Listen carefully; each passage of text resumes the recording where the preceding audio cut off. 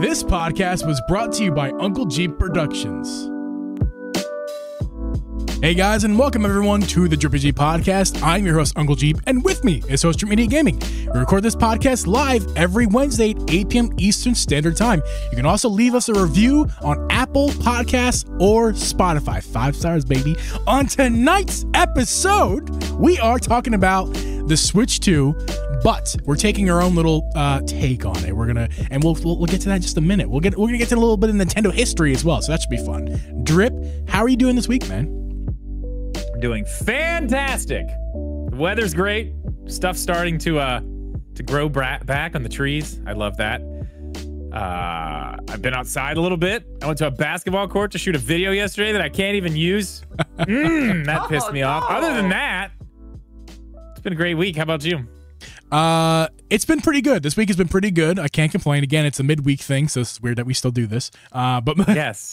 Well, hey, let me ask you again quickly. How was the end of last week for you? End of last week was great. We had a great Fortnite. We had a great Fortnite Friday. We did have a great super Fortnite fun Friday. It was very fun. It was so glad that Seth always puts on that show. We just kind of tag along. It's always so much fun. It was good. It was a lot of fun. Yeah. And probably the best one yet. Today I was halfway through my first episode of Bad Batch, and suddenly I go upstairs to find a bunch of dog excrement all over the floor because the dog got sick. That wasn't so great. But you know, it happens. And the worst part is I couldn't even tell what dog it was. I think it was Nick, but I wasn't sure. Okay, time out. The size of your two dogs. They're very similar. Are they? The only time I've seen the other one, I thought that one was much smaller than Nick. No, Owl's probably, I think she's a German Shepherd mix. I've only seen her like German Shepherd once. Lab mix. Olive is like, I don't know, I think she's like 50, 60 pounds, somewhere in that ballpark, and Nick is in the 80, 90 ballpark range. Why did I think your other dog was so much smaller? Probably because I've only seen it once. Because she has very stubby legs. She got very cute stubby legs. Okay, she's a mix, right? She's a mutt off the street. I've only seen this dog from that camera right there. Right. So and it's pointing just down, maybe behind you. Yeah. So she's got really. I'll post a picture of her in both of them in my Discord in the fur baby's room. But yeah, she's got really stubby legs, so it makes her look a lot smaller than she actually is. Fair. It happens. Fair. But yeah, so we're other than that, my week so far has been fine. I got a video to do for you. That'll be fun. We're getting some videos out on the channel. 2 done last night, man. Yeah, God, I'm pumped I did that. Hi everyone. This is us from the past. Or the future. I'm sorry. This is us from the future. This is us. Good Lord. This is us from the future. We're going to be have chess on next week. Next Friday, we're having chess on the show. We forgot to mention it, so we're bringing this in and putting it in the beginning. We're having chess on the show. I don't know exactly what's going to happen. Chess and his community are planning something absolutely insane for us. I don't know exactly what it is yet. But it's going to be about music trivia. It's gaming. It's video game trivia is the base. That's all we know. That's all we know. And chess is this is going to be the chess and Drip and G podcast because it's going to be his show. Chess is in charge. I hope he shows up with like a Bob Barker suit and microphone and everything. I hope so too. I hope he's got like the long skinny microphone. Yeah, that'd be great. Yeah, we need that. But again, we're gonna get back to the episode. So excited I got that. But it should be a shock to nobody that right now in the world of Nintendo, let's just say the world of gaming really, but Nintendo especially at the moment, there is nothing happening. And this podcast is not a news podcast. We do cover the trending topics just to try to reach a bigger audience every week. But we're not a news podcast, but there is nothing newsworthy, for lack of a better term, literally nothing to talk about. There's just nothing. So Drip and I have created a little bit of a grab bag of ideas the past few months, and we haven't dipped in yet, but tonight is going to be our first night where we dip into a little grab bag. So this will be a little grab bag episode for you.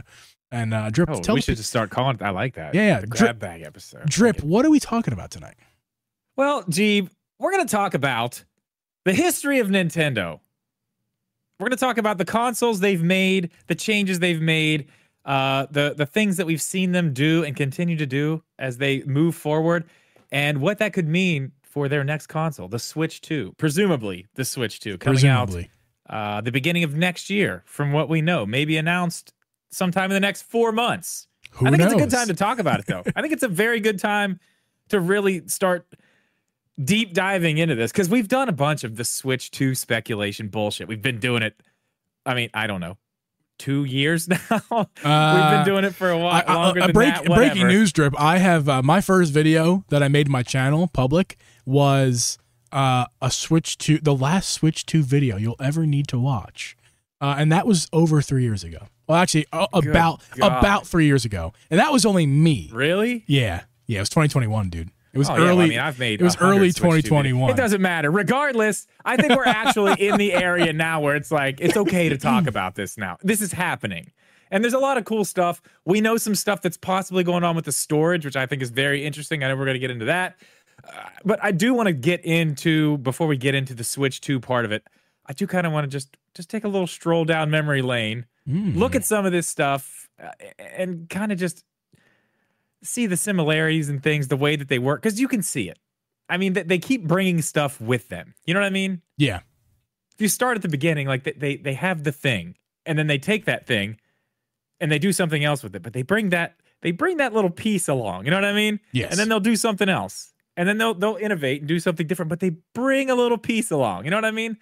It's always like that. And I think another thing that gets lost in all of this, and it still continues to happen to this day, and you know, we get called Nintendrones, this, that, whatever. But I mean, I'm sorry, not even being a fanboy, whatever.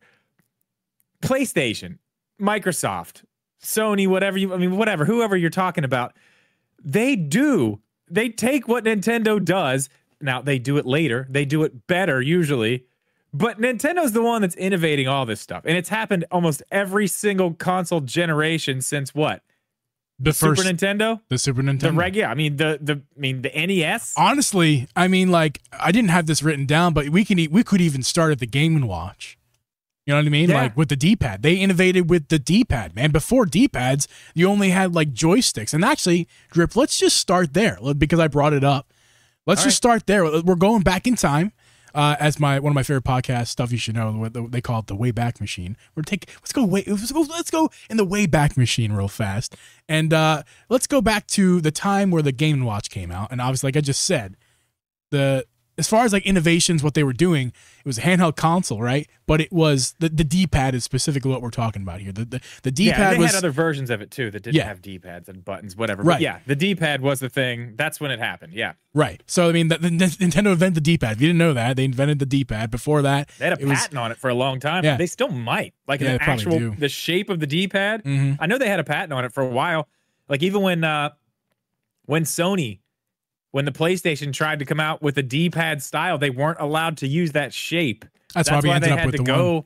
That's why they had to go with this, the four little buttons, basically. I mean, it's not basically a D-pad, but it's not. It is a D-pad. If you open that up, it's just a weird looking D-pad. It still operates. They just weren't allowed to use not four buttons, but yeah. Right. They weren't allowed to use the shape. Right. So I mean, they protected themselves back then, at least. Right. So anyway, that's not where I was going to start really on the NES, and let's go ahead and start with that because the NES, believe it or not, at least in my opinion here, had a couple gimmicks, right? The first gimmick would be the name itself. If you didn't really know, the NES stands for Nintendo Entertainment System. Notice it doesn't stand for Nintendo Gaming Entertainment System. It's specifically and on purpose the Nintendo Entertainment System. And that was because in the U.S. market back when the NES came out, American households and families, specifically the older people buying the console, they obviously gaming was for kids back then, right? So there was parents buying the console. They looked down at gaming and they thought, and parents for the longest time did not want their kids playing games. It's the devil, man. It's good old American traditions. They did not like gaming. So Nintendo tried to frame it as an entertainment system, not a gaming console. So the family could enjoy, hence the Famicom, which is what the name was in Japan. And if you didn't notice, and Europe, and if you didn't notice, the NES looks a lot like something us old people would know, and that would be a VHS player, and that is definitely intentional because they wanted it to fit in with the home entertainment vibe. And back in the day, you had your TV. You might have had a cable box. In fact, this is probably time before the cable box. You had a TV with rabbit ears, and then you had a VHS if you were rich, basically. Not everyone had VHS at the start. but they wanted it to fit in. So it looked like a VHS, and you entered a game just like a VHS, Drip. Yeah, it was. It was basically the same thing, and kind of the same thing. You know, when you put a VHS and at least it took it in itself and pushed it down where it was supposed to be. Right. You know, and with the Nintendo, you were trying to push it in and pull it back out because it wasn't working, and blowing in it and hitting it and trying to do all kinds of stupid shit. It didn't work that well. It got messed up very easy.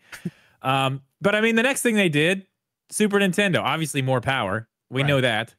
But then they doubled the face buttons. We didn't just have A and B anymore. We had A, B, X, and Y.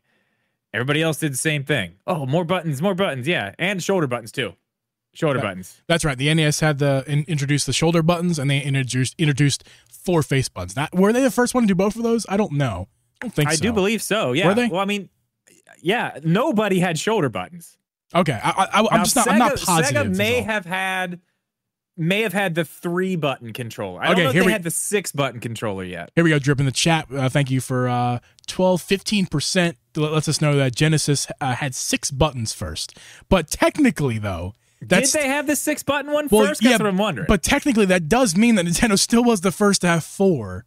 So maybe Genesis had 6, but Nintendo had 4, which is the one that ended up working out and that won the console war, so to speak. So I don't know. Genesis is not even a thing, let alone 6 buttons anymore. I'm going to call that a wash, but yeah, that's a good point to bring up for sure. Genesis definitely had more buttons first, so we can give the point to Genesis there if you really want. We're not giving points here. This is not like a Nintendo pat in the back episode. This is all leading to a place with the Switch 2, and we'll get there in a second.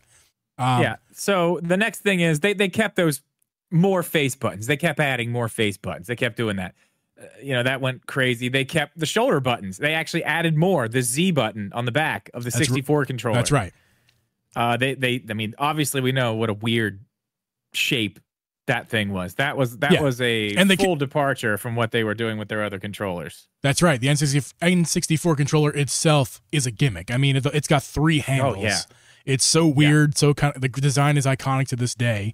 Not the best design, but it was iconic. It is the best design. You are too young to appreciate it, Geeb. I'm sorry. You weren't there. You weren't there. You weren't old enough to. You weren't old enough to appreciate it. You're wrong. How about that? You're wrong, because I played a lot of N64 as a kid. But you can be wrong. It's fine. Don't worry. It's fine. I'll let you be wrong. It's a bad design, and everybody who's played one knows that. And if you're saying otherwise, you're lying. I played it a bunch as a kid. I have so many memories of playing N64. Now, did I play it on release day like you old folks? No, but I had it as a kid, and not me in my house, but my friends had it. And I'd go over to their house and play it. It was a lot of fun. Not the point, we're not playing points here. Whatever, it's a great design. But Nintendo, let's get to the point, Drip. Stop derailing us with your nonsense. The point is, they keep bringing the stuff. They keep innovating. Analog. They take the stuff that they've innovated. They bring it over. They do more. Again, like you just said, analog. We got an analog stick. Yeah. And what did PlayStation do after that? Not 1, but 2. But they re-released their controller, their PlayStation controller. They re-released it with 2 sticks. They did. Not in a new console, just a new controller for the same console with 2 sticks. I actually remember, this is something I can vividly remember, because we had a PS1 in my house, and we had the version that came with the D-pad version, not the analog stick one. And I vividly remember when we got some third-party controllers and they had 2 analog sticks on them. It was like, oh my god, this is weird, but also awesome. So that was actually my first experience with analogs, was the PS1. Oh, you know what else they had too? It's not even on our little list here, but I just remembered it. Do you remember the Rumble Pack? For the N64. Now that I was too young to even appreciate it, even if I did have it. I didn't really give a shit about that. Oh, man. I remember, I think mine came with, when I bought Star Fox 64. I think Star Fox 64 came with a Rumble Pack, if I'm not mistaken. Oh, man. That thing was intense. You talk about, like... It was big, man. My God, dude. And the rumble, and it was like, okay, we get it. We get it. Like, holy cow, this is nuts. Other than that, stick stayed. The GameCube controller was a whole... Yeah, let's move on to the GameCube here. It's a whole thing. Yeah, so there's a lot to with the GameCube. Let's run down real fast and then react, Drip. GameCube button placement was weird. It changed things up and made the big A button, the small B button, and 2 top left X and Y buttons. That was definitely weird. No one ever really did anything like that before. Small discs, the discs. So now they switched to discs. Nintendo did to try to compete and keep up with what people were going with. And they kind of did their own thing with the small disc, which was interesting. It's but a gimmick nonetheless. It's definitely something you can market. There was a handle on the GameCube for portability. If you didn't know, you could literally, technically, you didn't have a battery in it, but you could take your GameCube with you via your handle that was built in, and take it from your friend's house to like a little LAN party situation. I mean, how many motherfuckers you see walking down the street with a GameCube? I don't know, man. I bet that was a big thing with 13-year-olds back in the day. I bet. I mean, I don't know. Maybe it was. I don't know. I never saw that. But listen, if that was the thing, if that was the thing in my era, I would have absolutely been that dumbass carrying my GameCube down the street to my friend's house. But I was playing Xbox at that point. I was not. Did you bring the cables, man? Nah, I didn't bring the cables. We were doing Xbox, bring the GameCube. together, and not the GameCube. But they also dripped. Now, I didn't do any research recently, but I do remember. Did it actually come out, or did it never? I know the second thing on the list, the 3D thing, we'll get to in a second. That never came out. Excuse me, but the top thing, did the GameCube actually receive an official release of a screen attachment? I think it did. That was the thing. I had moved away from Nintendo of those years of my life. I didn't care about the game. I was like, man. Well, whether or not babies. Whether or not it actually came out or not, I do know that it was in development, and I don't know if it actually came out. But there was a screen you could put onto your GameCube to add to that portability aspect to it. And also Nintendo, by the way, before the 3DS was ever a thing, Nintendo was working on 3D for the GameCube for that screen. That I do know. So that's nuts. That was the thing. And there's a video you can watch if you Google it. I did research a while ago on this, but I was just this off the top of my dome here. But yeah, there's a thing you can watch Nintendo revealing this 3D screen thing, and it's really kind of crazy. But anyway, we move on to the Wii. I didn't even know that, man. That's wild. It is wild. We move on to the Wii. The Wii didn't have a lot of gimmicks except for the biggest gimmick of all of them. Literally ever in gaming. Yeah, that to this day is still being used in a positive manner. Motion control, obviously, is what we're talking about here. The Wii had motion control, and motion control is used in most and PlayStation, PC, and Switch to this day. So I mean, it's coming. All that stuff. In those Microsoft leaks, we saw their controller that they're supposedly putting out sometime this year finally has adopted motion control as well. But that started with the Wii. Yeah, it was Nintendo. Yeah, and I guess a little side note, the Wii also had really good backwards compatibility support for a while. The first edition had the GameCube ports you could play your own controller in. That was really cool. It also, you were able to put in your GameCube discs up until a certain point. They eventually stopped the backwards compatibility with the revisions of the Wii.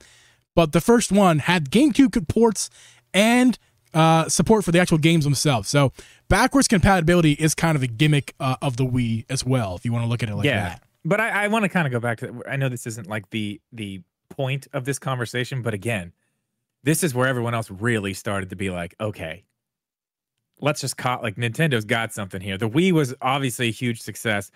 PlayStation did their whatever those things were with the VR. They ended up being the VR headsets controllers after it bombed on what they initially tried to do. What were those things called?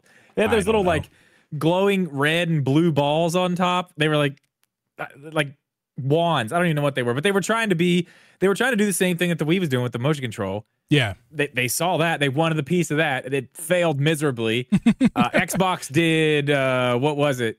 The Kinect, the camera thing with motion controls, failed miserably. Nobody could really get the motion control thing quite like the Wii PlayStation Move. Thank you. That's what it was called. There you go. Thanks, Walt. Failed. They ended up using it as the controllers for the PlayStation VR. So at least it had some life after that. And then we got the Wii U. I'm sorry, Drip. One more. I didn't even add. Dude, I forgot about the Wii U altogether. I didn't put it in the list at all. But I mean, it's easy to forget. It is forgettable. I'm looking at it right now on my screen. It's behind me. No, actually, Megaboy, real fast. Megaboy brought up a really good point. The GameCube also had one more gimmick up its sleeve that we didn't mention. The Wavebird controller. Wireless controllers. I don't know. I don't know if they other things. Yeah, they weren't the first. I don't think the Wavebird like was the that, first, though. but the Wavebird was excellent in that its was time. the Cadillac of wireless controllers. Yeah. Oh yeah. So especially just for the time. Yeah, I want to shout out the Wavebird controller because that's a really popular one to this day. They're still designing controllers based off that design today. Shout out Nixie. So yeah. Moving on, Drip, the Wii U, which I didn't even list, but yeah, there you go. Moving on to the Wii U, Drip. The Wii U didn't have any. I don't have any written, but obviously the Wii U was just before its time. Okay, we were not ready for the Wii U. We weren't ready, Drip. We were so not ready that we didn't even add it to the list. Ready for the Wii U because they didn't even know how to fucking explain what it was. They didn't have any games out when it came out either. I mean, they literally weren't Nintendo ready. Literally wasn't ready. They were not ready. They didn't know how to explain it. The marketing was terrible. It flopped, but. It is the concept is awesome. The concept's great, but it's basically a Switch concept. It just works differently. You know what I mean? Correct. You can see what they wanted to do. The technology wasn't there. They tried to do this dual screen thing, and they were kind of doing it in handhelds too. I mean, obviously they were with the DS, the 3DS, the 2DS, all that, 2 screens. It worked sort of similar to that. I mean, depending on what game you're playing, there were some things that they showed. They showed so many things that the Wii U was supposed to do early. It just really didn't do. Half the fucking games never even came out. Like they showed all this crazy stuff at E3 when they first announced this thing. Half that stuff never even came to the system. They announced so many different third-party, whatever, all this stuff where we're gonna have all these games and all these people, and it flopped. Because everybody thought it was a controller for the Wii. Right. Nobody knew what the fuck it was, so nobody bought it. I will say this, though, Drip, regarding where we're taking this conversation with the Switch 2, the Wii U is actually really important in this conversation. Very. So we're going to keep that in the back burner because I didn't write it down. I forgot about it, but let's not forget about it again.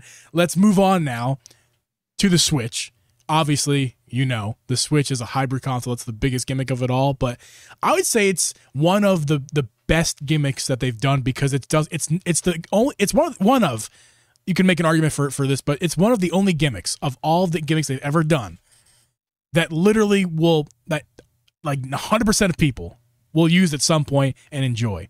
Like, not everybody needed small. It's a gimmick. It's a gimmick that's not gimmicky, right? If that makes any sense. It's why it's so successful. It actually serves a real purpose, and it's the first time we've seen it done like this. And actually, they put it way better than I did. Thanks, Drew.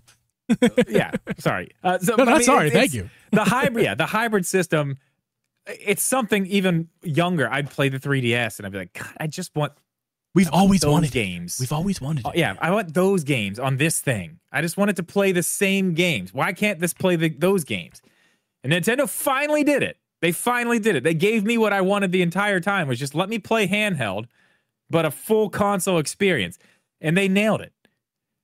Technically, Drip, though, I'm not, maybe just your wording was a little bit off, but technically the 3DS accomplished that because they had this, it wasn't the same copy of the game, but it was the same game on the 3DS, and you could play in your Wii U. For example, Hyrule Warriors had its own version. Right, but I'm saying on a technicality, it's already done. One-to-one versions. No. And what I was going to say is when I was a kid, what I wanted was the exact game. I wanted to play the exact game, the same copy of the same game in my hand, and I wanted to throw it on the TV because I was not a handheld gamer as a kid. Although that's what I only really had. I had a Game Boy Advance. I didn't play it a whole lot because I didn't like it that much. Probably because throughout my life I've had uncomfortable hands while gaming. That's always been a problem for me. Is like being comfortable while gaming. My hands are uncomfortable while gaming. Shut the fuck up.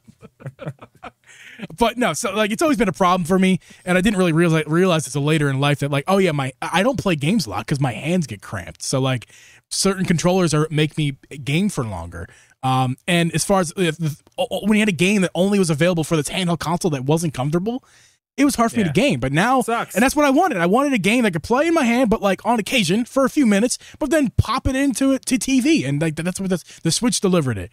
And it took me a few years to get on board. It took me about 3 years after the Switch came out, but finally I was like, you know what? I need to pull the trigger on this and change my life in many ways. I want to fast forward before we really get into like what we're actually going to be talking about, like what the Switch 2 is going to have.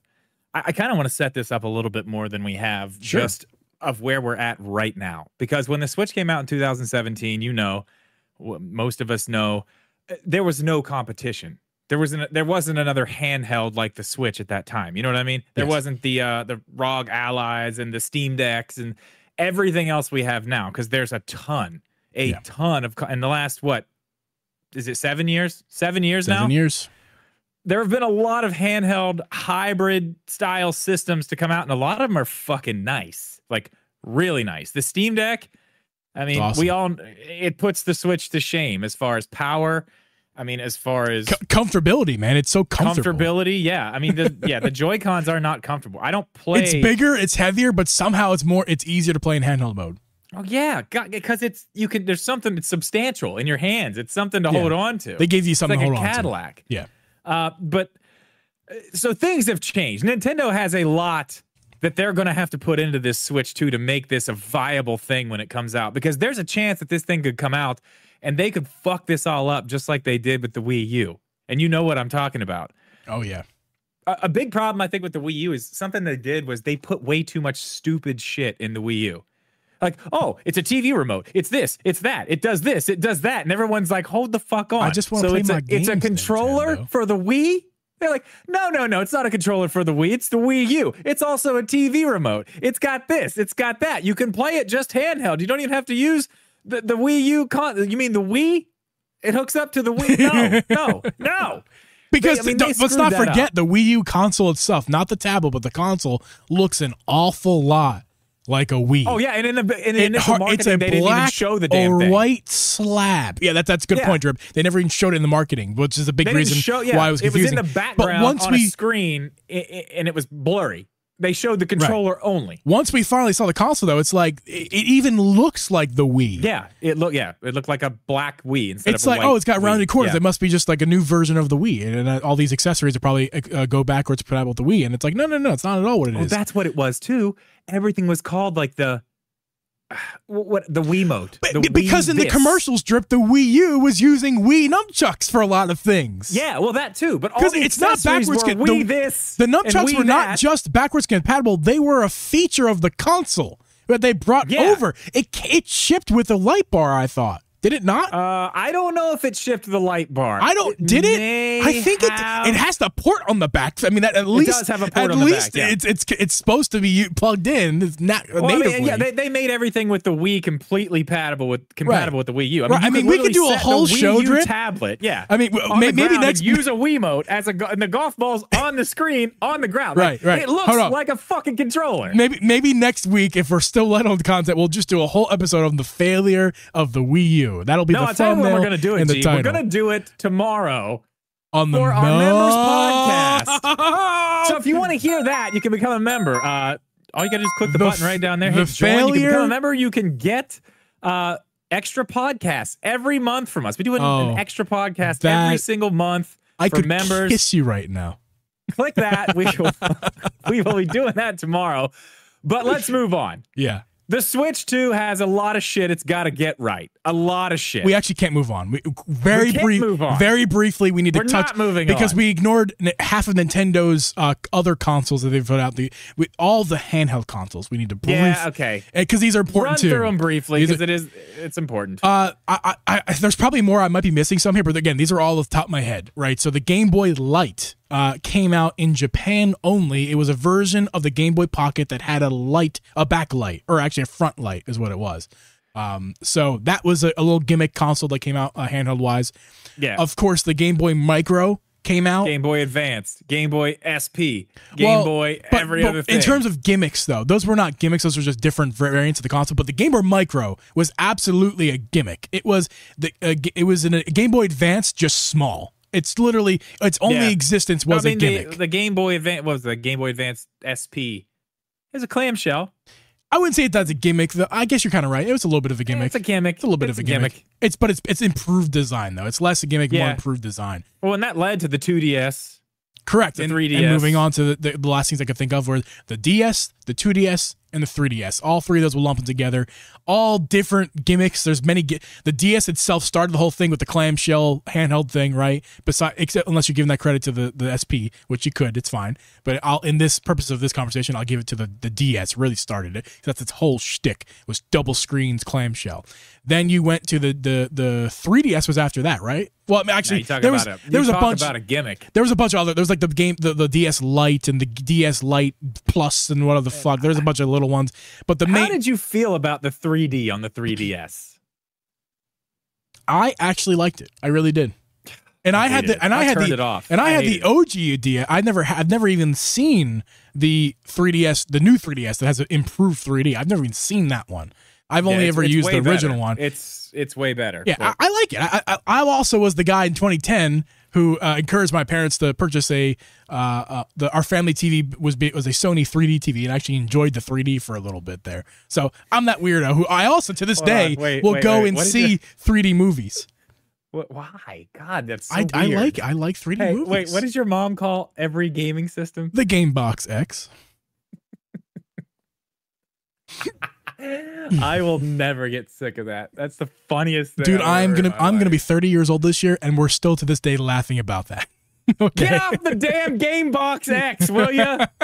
Gabe, get off the Game Box X. Yeah. It's time for dinner. Mom, God, Mega Boy. Listen, Mega Boy. The Game Boy X, Mega Boy says, are we talking gimmicks and not mentioning the Virtual Boy? No, its whole existence was a gimmick. Virtual Boy. Yeah. No. Have you ever played a Virtual Boy? No, I never seen one. Oh my God, dude, they are wild. My neighbor had one, man. It was like the most wild thing you've ever seen. It was so weird when you looked in there. All it was red. Red lines. It was so weird. Did you see John Cartwright's video he posted on Good Vibes Gaming recently about if you have a modded 3DS, you can finally play native, and you can emulate the Virtual Boy in a really cool way. Nowadays, there's a recent mod that came upon or something. Basically, you can emulate on the modded 3DS the Virtual Boy and its games and play it 3D like a Virtual Boy is meant to be played, but not without the screen in front of your face, obviously, like the Virtual Boy does. That was the thing that sucked, man. You get in there and you're just like, I'm going to throw up. I'm going to be sick in his video, I recommend you guys go check it out. In his video, it seems like it's an awesome experience. So I recommend checking it out. One more quick one. Dude's a Monster just brought something else up. The Super Game Boy. It was literally a cartridge you put in. Oh, yeah. The Super Nintendo. That's an accessory. That's not a cartridges console. That's in an there and play them on the TV. Awesome. Good. We should have mentioned it, but it's not a console, so it is just an accessory. But that is really cool. You could play. You basically added a Game Boy to your GameCube, was it Super Nintendo? Super Nintendo. That was pretty cool. Yeah. Anyway, Drip. Now we move on to the. Now we move on, Geeb. To the question. Now we're here. The question of the episode, right? The question of the whole episode. The reason we just went down the lineage of Nintendo is for this reason. What is Nintendo planning for the Switch 2 in terms of gimmicks? Because we know from history that every single console at least has a small gimmick, at least, if not multiple gimmicks. So Nintendo is allergic to releasing a normal console. That's why it won't be called the Switch 2, because they're allergic to any sort of logic when it comes to their naming of their consoles. It needs to be different. It has to have a gimmick because they're allergic to anything else. So, Drip, what can we expect from a Switch 2? And we're gonna do multiple versions of this. Are we going? Right. We're gonna do what is realistic, what's not realistic, and what you want. Okay, I'm gonna go realistic first because I did predict the Direct in February, so I'm a leaker now. We've established that. I am a Nintendo leaker. I have inside information clearly because I know these things. So I can tell you what the next Switch is actually going to be, Geeb, if you want to know. I can tell you right now. I will about it. I will hear it. So the next Nintendo Switch is not going to be called a Switch. You're right. It probably won't be called the Switch 2 because they don't do that. But I don't think they're going to abandon. I think we know enough about it now that we know they're not going to abandon the hybrid nature of the system. We are going to get another handheld, probably more powerful, Probably got some AI stuff going on in there for upscaling. You know, we'll talk more about that in a bit. We know that stuff's probably going to be in there. But I think the gimmick, I think they're going to actually stick to this pretty close. But I think what the gimmick is going to be, instead of really just straying away from what they've clearly done extremely well and sold almost more consoles than anybody on the planet, I think they're just going to add another way to switch. Yeah, that makes the most sense. I don't know what it is. I don't know what it is yet. Right now we have handheld, docked, tabletop. Did you hear that recent leak? I'm feeding off what you're talking about. Did you hear that recent leak? The Switch Attach? Well, leak. It's not a leak, man. It's stupid. The Switch Attach. Have you heard about that? No. So there's a photo going around the internet. There's a Google survey going around. They frequently put out surveys, and and I think it was on YouTube actually. And one of the surveys that pulled up was about console generations. I don't remember the exact question of the survey, but their answers were the Xbox Series or whatever, the PlayStation 5, and the Nintendo Switch Attach. Yeah. Didn't PowerMad put that in the Discord I think he at some did. point? I think he did. I was looking through there today. I thought I saw something about that. Now, I'm not saying I want this to happen, and I bet you it was just some sort of error, or I don't think it's actually a leak. I think it's just bullshit. However, it's interesting to think that maybe in some weird way, the next way the next Switch switches is by some sort of attaching thing, and maybe the loose translation that they got from Japanese was attached, and that's how we ended up with this leak, if you will. That's a real big stretch. I'm saying it, not believing what I'm saying, but the point is it's going off your logic here. It's going here, and Full Metal Knee and the chat also says VR headset attach. And let's think that's a very, especially if you've got more power in a Switch 2 and you're running it through some AI upscaling stuff, and you can really do some very close eye stuff, things to make VR possible. That could be the other way to switch. We saw them mess with that in Breath of the Wild has a VR mode. Yes. Smash Brothers has a VR mode. And what's the other one? Odyssey? Odyssey has a VR mode. I think there's another one too. Could you imagine Mario Kart in VR? It'd be fun, but I've recently learned, I didn't know this because I didn't have the Labo. But apparently, I'm sure a lot of you know, but this is news to me. You had to hold it to your face. There was no strap on the Labo. Oh, yeah. It was like the elephant trunk thing. Yeah. You had to hold it there. Yeah. Yeah. So, you can't play games. No, you can't.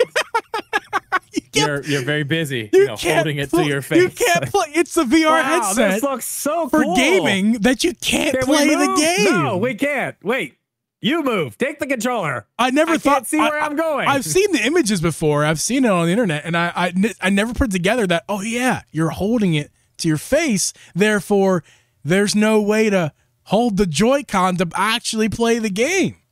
Which it's just, I mean, dude, think about this. They could have designed it to where just tape it to your head. But think about this. They could have designed the Labo in a way, the VR headset for Labo, where the Switch and the Joy-Cons were you held the up to your face with the Joy-Con. Like this? And it'd be super duper weird. How uncomfortable would that be? It's already uncomfortable, man. The Joy-Cons stink without a grip on them. Let's make a shitty thing even shittier.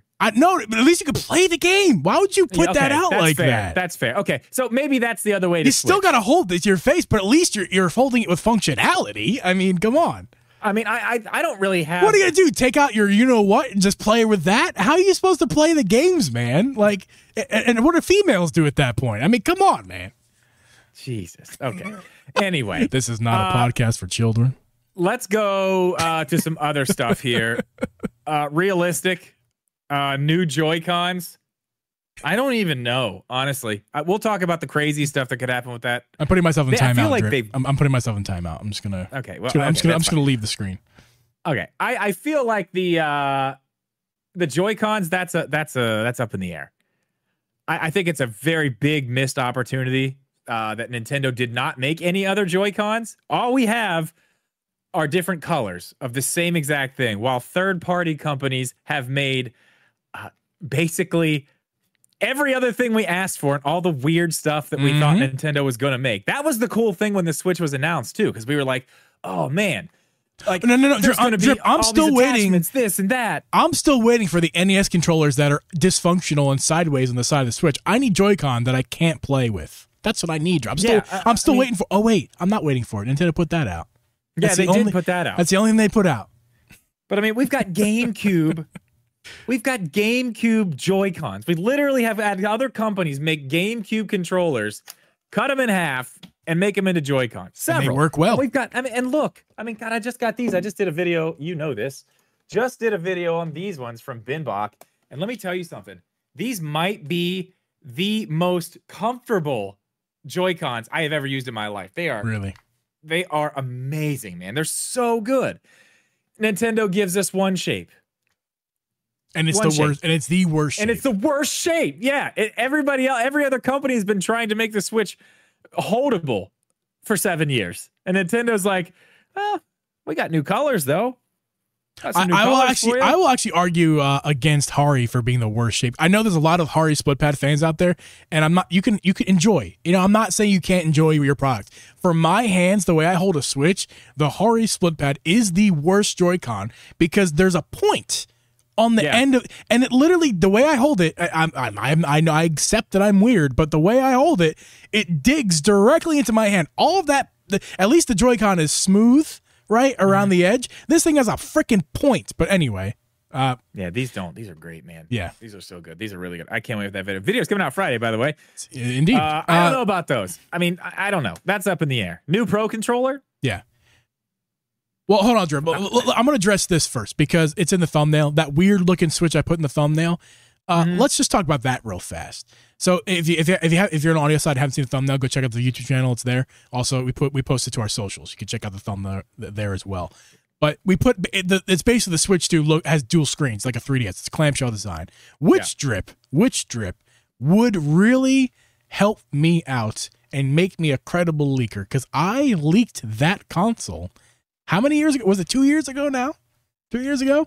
I said the Wii U, the Switch U Deluxe Plus was going to come out. And I said we have to call it the U2. Or actually, I don't think it was 2 years ago. I actually think, my idea was like 2 years ago, but the actual video we put out was last year. The Wii U2. The Wii U2. It's a beautiful day. It's a beautiful day. It's a beautiful day. Anyway, my whole idea of like the Switch 2 taking up what was good about the Wii U and introducing it in a non-sucky way with good marketing would really be backed up by the fact that the next Switch console has dual screens, so you can take that experience from the TV with you on the go with the dual screen. So that's my unrealistic one, Drip. That would be really fun. I would love that. I think it'd be kind of big and heavy and annoying and realistically not the best one, but it would be super fun to have a clamshell Switch. Yeah, it would. I don't know. I miss having menus in my hands. Talk about? I thought that was cool. But go ahead, you can talk about what you. Can I talk about the things I'm not allowed to talk about anymore? It's past February. I will give you a mulligan. Okay, just once because you're talking about dual screens. Those two Zelda games that I want on the Switch so bad were made for a console that has two screens. So if the new Switch has two screens, maybe that's why they're like, we'll just wait.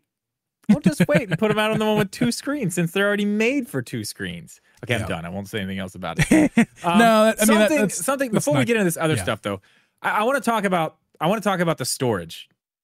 I really want to get into that so we can just kind of because this is something I think that is actually happening. I know it's a rumor, but there's some credible shit to this, and I think this is something. I don't think a lot of people are talking about this, and I think it's very interesting. But it looks like the newer Switch 2 games, whatever they are going to have to be stored if they're not on the internal storage. And I want to talk about what the internal storage might be as well. But they're going to have to be stored on a special SD card. Something that reads, writes, transfers faster. And Samsung just happened to make one of those, Geeb. They have one. It is releasing Now, later Drip, this year. why would the Switch 2 need? Why would you need this faster storage? Would it be because a very similar experience that's happening right now with the PS5 and Xbox Series consoles, where you're able to store, games. you can store your games on external drives that aren't super fast, but if you want to play them with the with all the real next gen features, if you will, you have to store. It has to be played off of the internal drive. Okay. Itself. Yeah, and I'm gonna go into that because I think I've got this all figured out how they're gonna run this shit. So the thing is, it's called it's a new micro SD card, but it's called the SD Express. Okay. So I told you I've got some pretty fast micro SD cards for my camera and stuff that read like 300 megabits per second, right? 400 megabits per second. These are gonna read and write at up to 800 megabytes per second. That is, my math is not great, but that's at least 4 times faster than like a good one you can get right now. Yeah, I mean it's over double the speed of the good ones that I use for my camera. Right. It's very fast, and you've got to think about the other storage that's going on in these other consoles. SSDs, obviously, solid state drives are way faster. You can't. I mean, I guess you could put a solid state drive in a handheld, but and they do, but the Steam Deck has one. Nintendo, yeah, but Nintendo, they don't want it big. They don't want it. They're trying to make things small. So this might be the solution for expandable storage with that. And there was actually something that Samsung said, which kind of cements this for me, that they announced a collaboration with a customer to create a custom product. So they are specifically making these SD cards for a customer, for somebody. Nintendo. I mean, my guess is that's Nintendo and their storage for their new Switch, because they need it faster. The games are going to be bigger. We know this thing's going to have more power. It's going to be running bigger games. You're not going to be able to just run them off of a regular SD card. Let's say this too, Drip. With that, the next console, without even needing to be said, with the faster storage and everything, it also is going to need faster Wi-Fi. Oh yeah, read and write speeds, because absolutely. If you're gonna, most people are probably not gonna buy. Most people are not gonna buy this new SD card. They'll probably just use a regular one that should be backwards compatible. But you just won't be able to play your game off it. You'll have to play the same game that Xbox and PS5 people do. We're switched back and forth. And if you're gonna do that, and a lot of times you're gonna have to use the internet for that, you need something that's going to be able to download these games fast for you, so it's not taking absolutely forever to get it on your system, transferring files back and forth from the SD card to your drive. It's going to have to be super fast. They got to update that shit. Right. Okay. And then a lot of people are like, okay, well then what are they going to use for the internal storage? What are they going to use? So it seems like it's possible that Samsung has this other thing. It is called USF 4.0.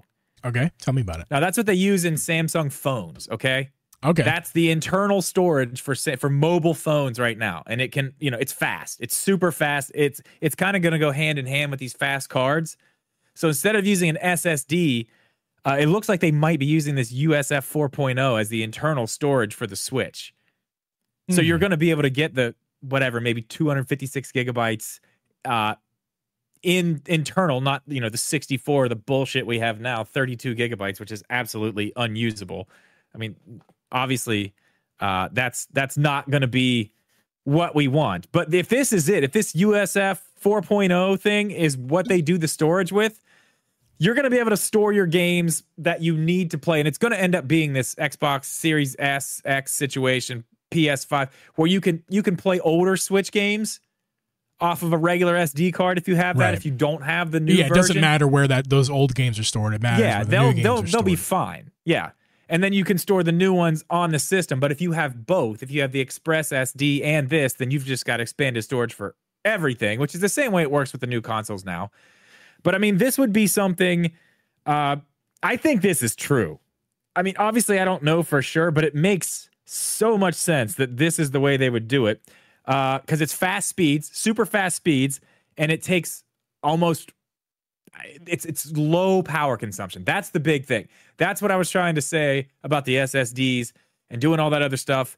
this is a way to have absolute low power consumption. That's why they use them in phones, because they are such low. They don't drive that, they don't pull that much power. That's the thing.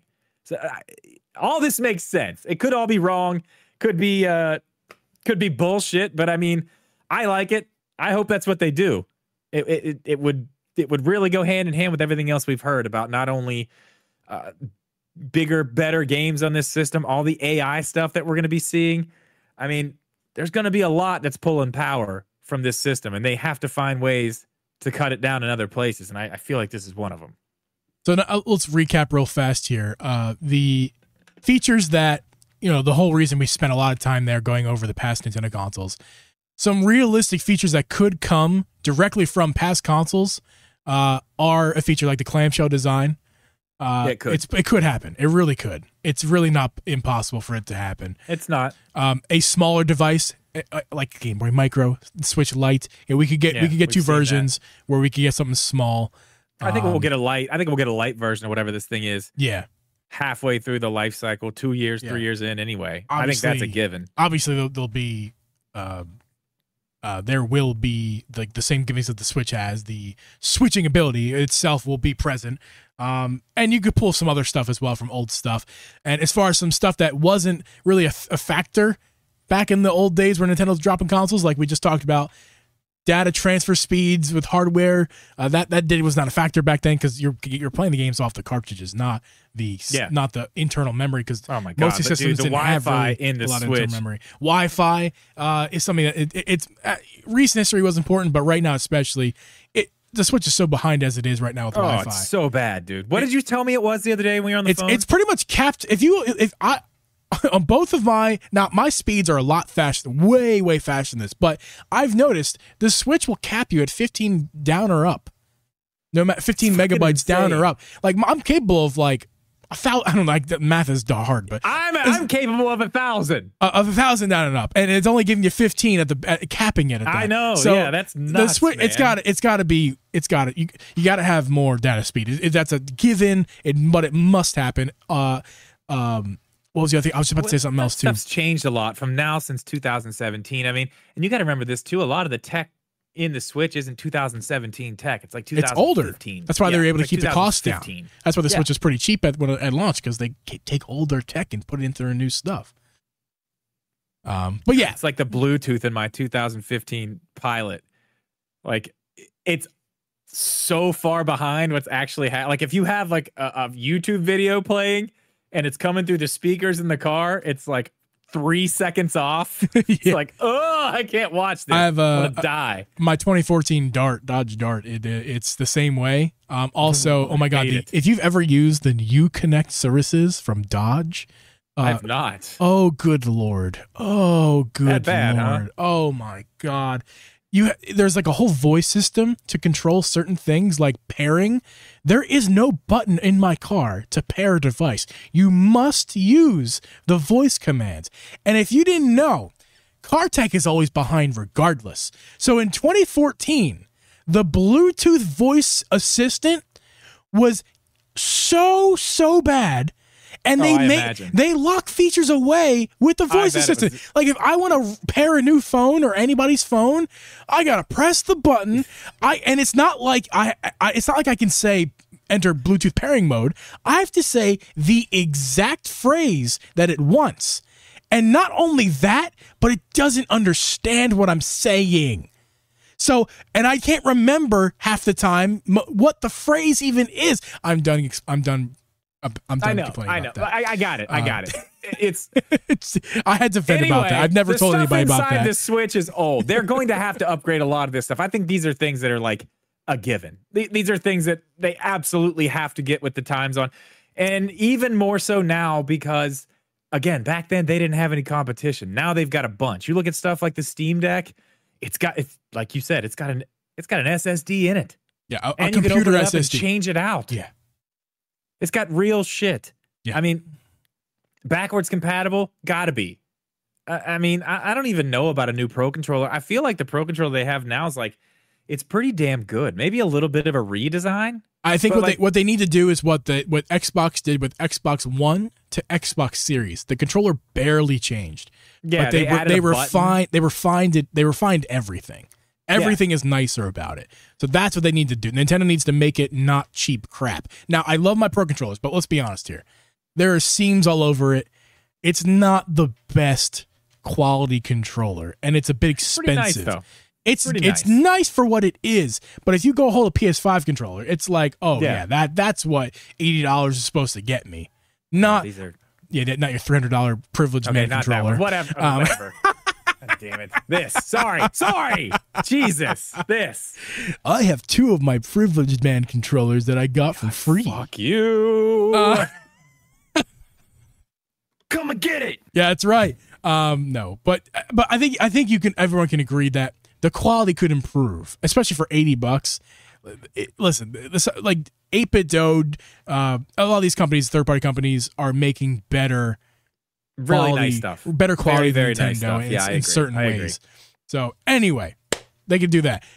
Before we wrap it up, let's talk about game gimmicks because that's always fun. You know the one I want to talk about, the one I talked to you about earlier today. Well, let's just start with that one. Feel free. Okay. And obviously everybody probably thinks they know, but you don't. You don't know. You don't know what I'm going to say. You think I'm going to talk about Zelda, but I'm not. I'm actually going to talk about Mario. Ooh. Because everybody has been hung up on this thing like we're getting an Odyssey 2.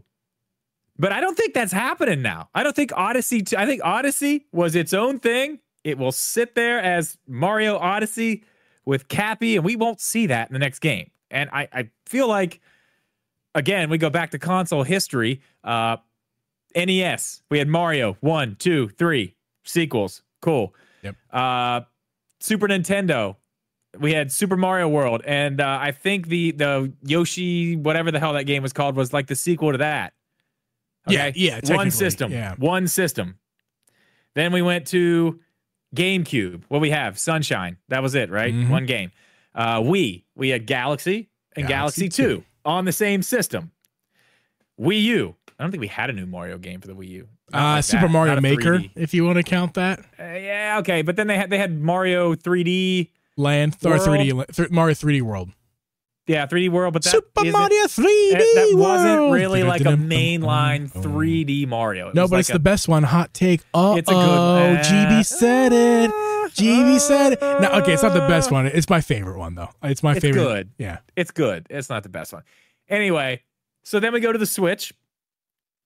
Odyssey. And everyone's like, okay, no DLC for Mario Odyssey. We're clearly getting a 2. We're at the end. Because I can tell you this right now, in the little time we have left, knowing what we've seen from Nintendo already and the games that they have announced and just the bullshit that they're trickling out right now because it's the end of the life cycle, we are not getting Odyssey 2 on the Switch. And I don't think we're going to get it on the Switch 2 because I don't think it's going to be called the Switch 2. I think we're going to get an entirely new Mario. But, Geeb, the question is, what's the gimmick? If we don't have Cappy, what's the new gimmick? What's something that they could really push the envelope with and take advantage of a system with even more power? So, you know how there's green pipes in Mario? Oh, yeah. I heard about those, yeah. So, like, Mario's not in the game. And you're just Mario got stuck in the pipes, and the whole game is him trying to jump out of the pipes. So it's like Super Mario. What's the new one that came out recently? I fucking hate you. You're just Mario. You don't ever see. It's just a pipe with some eyebrows and a mustache. Let's go around with the pipe and jump around, and you're like, "Oh no, I'm still stuck in the pipe." But we're going to the next level. I do like that in the chat. Power Matt just said Yoshi. I want to see Yoshi back in a mainline Mario game. Yeah, I would love to see that, like a rideable Yoshi in a 3D environment. Bring it back, man. Bring back the Yoshi. I would like to see that. That would be very cool. I mean, a lot of things, like you're saying, actually, something that did, your stupid idea about the pipe actually did make me think about something.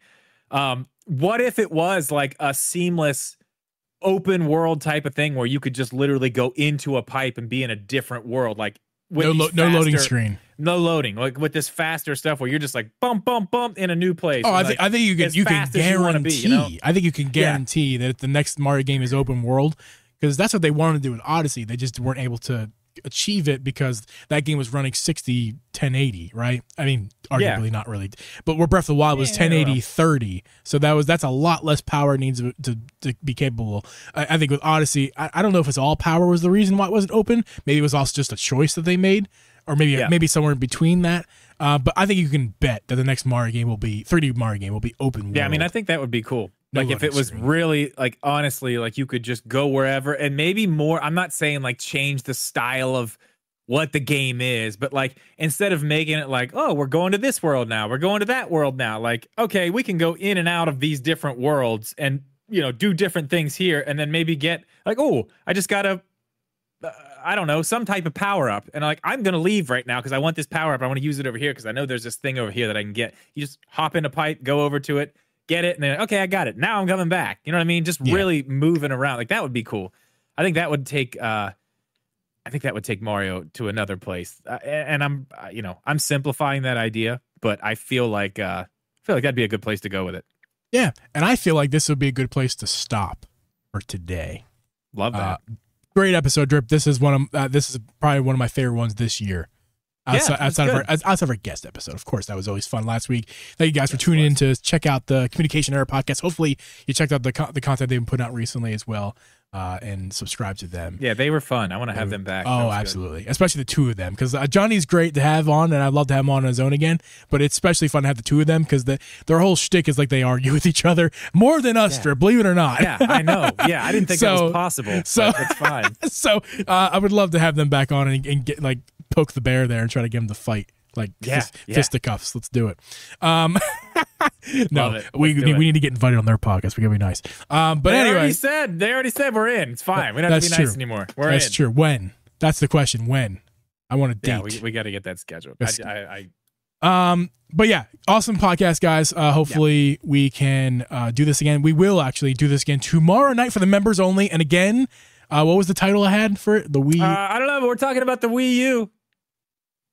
What Wii U missed opportunities. I had a great title. I'm gonna go back and rewatch this. We'll go back and find it. Whatever it was, it's gonna be great. You should become a member. There's a button right down there. We're gonna just hit that button. We're gonna talk about the Wii U and how it was a missed opportunity, which I think was what the title was. But the whole Wii U as a concept, what it had, what it lacked, why it failed, how it could maybe even those specific features could be implemented into the Switch 2. We will talk about all that stuff and more on the members show tomorrow night. Become a member. $2.99 a month gets you in right in the front door. $4.99 gets you all of the cool members features. So that gets you in the back door. Hey.